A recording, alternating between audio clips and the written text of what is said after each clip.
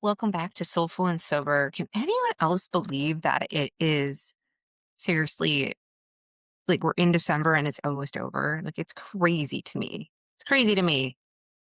So I'm excited to talk about today's episode. A lot of my journey and what I've learned is really trusting ourselves and our bodies, just outsourcing things and looking for external validation, external blessings. And oftentimes, how intuition works is we have thoughts, feelings, there's different ways we get those intuitive hits. And many of us have thought about not drinking. Thought about a lot of other things, but oftentimes we thought about not drinking and we associate it with, okay, it's when we're feeling really bad, right? I'm normally, we don't think about not drinking when we've like had some like a week of not drinking. Usually it comes when we don't feel good about something, but we have other thoughts that are there too, right? Like your health and how you're feeling. You like to feel vibrant and clear and really good. And so those are thoughts too that are what your body wants. And I've been doing this a lot with food lately and how food makes me feel. And so I think you can do this with anything, but I want to talk about some signs that your body is kind of just over alcohol. And it's a sign that really your body, your mind, your soul is looking for an upgrade. And I always believe our body is talking to us, our minds. Now, what our minds do is we go to the logic. Well, there has to be a reason for this. Everybody's drinking. I'm not as bad as that person. First, just listening to ourselves. And we have this left part of our brain, which is very logic, right? It explains things, why we do what we do. We logic our way into everything. And logic's important, right? Like it's good to have logic. We need logic. But then there's the right part of the brain that's like the more like flowy and just not putting labels and things on it. Remember, our logic is also based on our past, based on other people's opinions. It's not always rooted in what we want either. And so I really want you, when you meditate and when you spend time with yourself, if you're taking a walk, start really tuning into how things make you feel. Alcohol often doesn't make us feel good, right? So your body can feel off after just a drink or two. And yes, there is a thing with age, right? The older we are, the harder it takes for alcohol to, or sorry, the longer alcohol takes to remove from our bodies, which is why, like, you can drink a little bit more when you're in your 20s, right? But also to keep in mind your values and a lot of things change when you're in your 30s and 40s, and fundamentally, it's just a very different age gap than 20s. It you might be outgrowing alcohol, right? It's just what it is. Sometimes our bodies just reject things that don't feel good. I mean, like I said before, there's certain things I eat now and I just can't. And yes, I mean, that's a whole other topic, but at the end of the day, we have to listen to ourselves and our bodies. So the anxiety hits harder than the buzz ever could. Honestly, your nervous system is done. It's like, I'm done. This isn't safe. This isn't peace. Anxiety is the worst thing ever. It is awful. It not only feels terrible, but you are the most unproductive person when you're in anxiety, right? You're anxious, you're not feeling well. And, we sometimes wake up the next morning and are really just feeling terrible about the night before. We drank too much. We said what we didn't want to say. We did what we did not want to do. And so I really just think that, it's just a signal that this isn't working anymore. No one wants to feel like their peace is being taken away. And honestly, at the end of the day, we will logic. Well, I'm not going to drink as much next time, right? I'm going to be better. And then when we're not better, it's like this vicious cycle that steals our time, energy, and honestly, our peace. And I already talked about you keep telling yourself you'll drink less, but it never sticks. Moderation is a trap. It's not a solution. Moderation is not going to work. To be honest with you, sure, some people don't drink that much, and alcohol's not that important to some people. That is true. But when we are trying to moderate a drug, it gets real tricky. Number one, it's a drug. You know what I mean? Like it's not like we're going to Disney World, right? We're if that's a bad comparison. But my point being is it's unpredictable. Drugs alter your brain, correct? So we can't expect an altered brain to make really, really responsible decisions all the time. And moderation we spend a lot of time moderating. It's very exhausting. And at the end of the day, we only have so much bandwidth in our brains. And we don't think about the other things that are maybe going on when we are thinking about moderation. Keep in mind, you're thinking about things that you're trying to control, that you're trying to, if I just do better, what's wrong with me? You're spending a lot of time in shame and guilt and you're not actually solving a problem. You're trying to minimize something because again, society tells us that just moderate, right? And you're the problem. The alcohol is not the problem. We have lots of conditioning. So moderation does not work. I don't believe it works. Yes, I believe like there's people that maybe don't drink as much, or sure, they can have one or two. We're all built different. But at the end of the day, if you're trying to stay alcohol free, moderation is really difficult and it's ultimately sacrificing a lot. And what else are you moderating when you're spending abnormal amounts of time trying to moderate drinking? Because that seeps into your weeks, your days, your mental energy, and really creating a life that's luscious and wonderful doesn't come from moderation. And really, a lot of us are craving a deeper life. You know, not everybody's like craving more purpose. It's really living up to your full potential. And I believe alcohol blocks a lot. So when we're drinking, we are craving something, but then there's these fears and these what ifs and all these things, these programming that are going on that you might not even realize that's going on. And alcohol feels like it's really pulling you further from yourself. It's pulling you from the person and I like the person you want to be. You're already that person. Like I don't think anybody like necessarily like isn't that person, but alcohol can really dim us and not pull us towards the deeper things we want in life. And again, we want to moderate and figure that out. If we figure this out, if we figure controlling alcohol, our lives will be just dandy. And the like really the reality is in order to have a more fulfilling life, we have to put something that's not serving us aside. And honestly, you're tired of the endless starts and stops. You know the cycle. You're exhausted by it. Your body is honestly whispering, stop it. Let's be done. It is so exhausting. And if you're someone that takes care of yourself, cares about your health, it ultimately will feel like a push and pull, a push and pull. And when you want to be a healthier version of yourself, and you're probably already healthy. Some people already are working out. They're doing the things. Just this alcohol gets in the way, and it's just like this vicious cycle.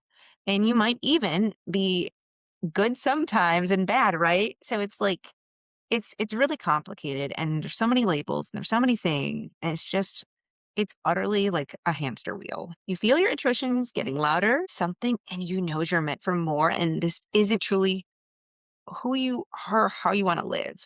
Your intuition is your compass. I know I talk about this a lot, but your intuition tells you to not drink. And I talked about this in the beginning. I believe if we keep thinking about not drinking, we're not supposed to be drinking. Like and I think again, we ignore the signals, right? Like how great we feel, how proud we are. And also the other things is if you like to take care of yourself and you value those things, just like I talked about with health, you also probably value like maybe you're, not being inflamed, feeling good. Like we want to look and feel good at the end of the day. And it's not about appearance necessarily, but like, I don't know about you, but my skin looks like crap sometimes when I drink. My rosacea flared up. It was not fun. My skin is really, really, really good right now. And I do believe a lot of it's due to not drinking, right? And a lot of us are not trying to accelerate our age. And there's nothing good that alcohol does for your skin. It's a dehydrator. It's not good for aging either. I also want to put a plug in is there's nothing wrong with getting older, having wrinkles, but I personally don't want to accelerate anything. And maybe you agree or disagree.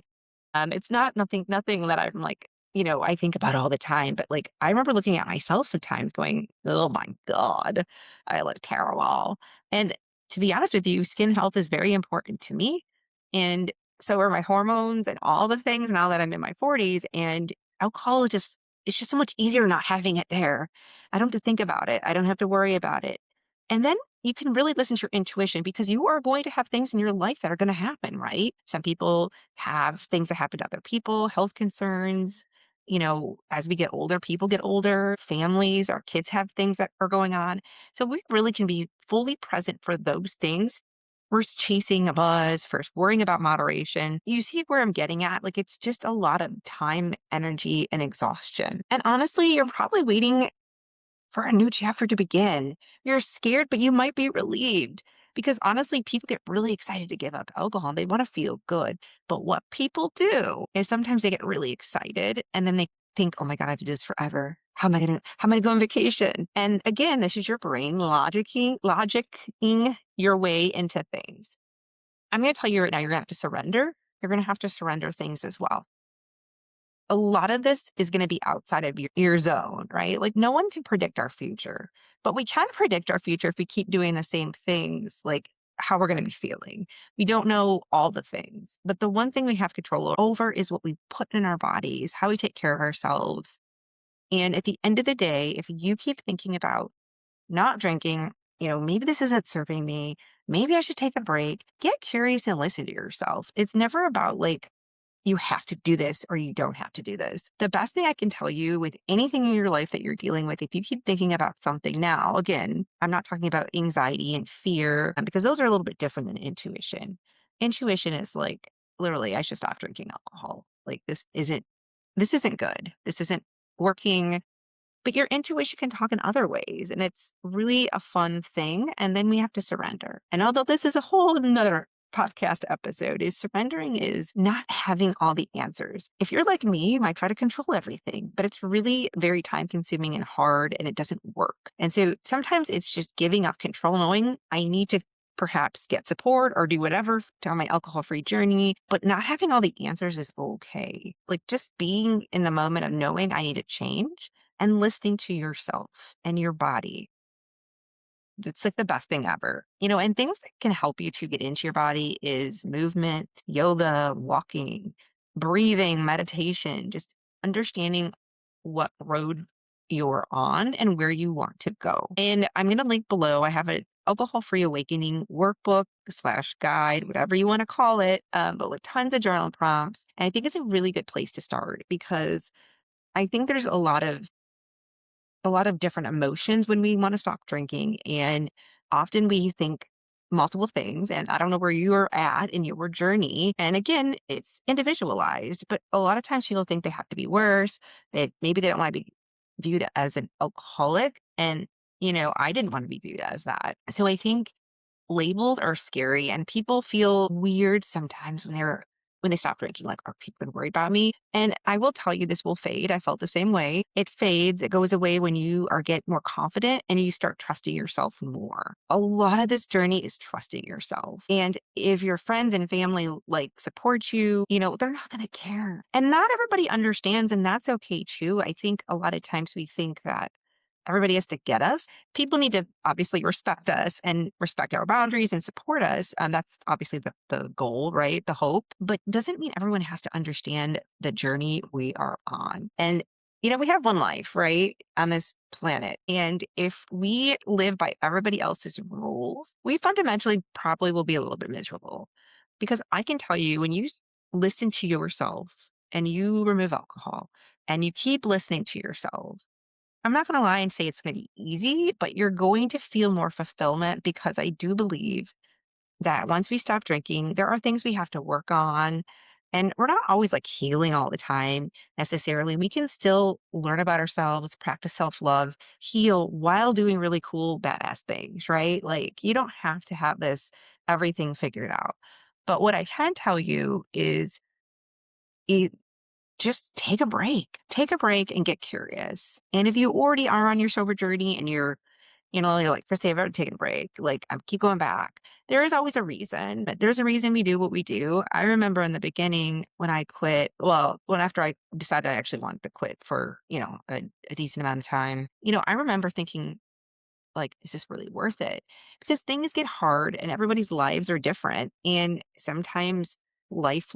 And if we've been drinking for a long time, I think sometimes things just happen. The thing is that when people think of failure, they think, oh, I just have to be perfect. And the problem is I think, minus failure, I think when we don't do something we want, isn't that in a way failing? Like we're not living up to our potential and doing what we really deeply want to do. It's not about if you did it right or wrong. The thing is this.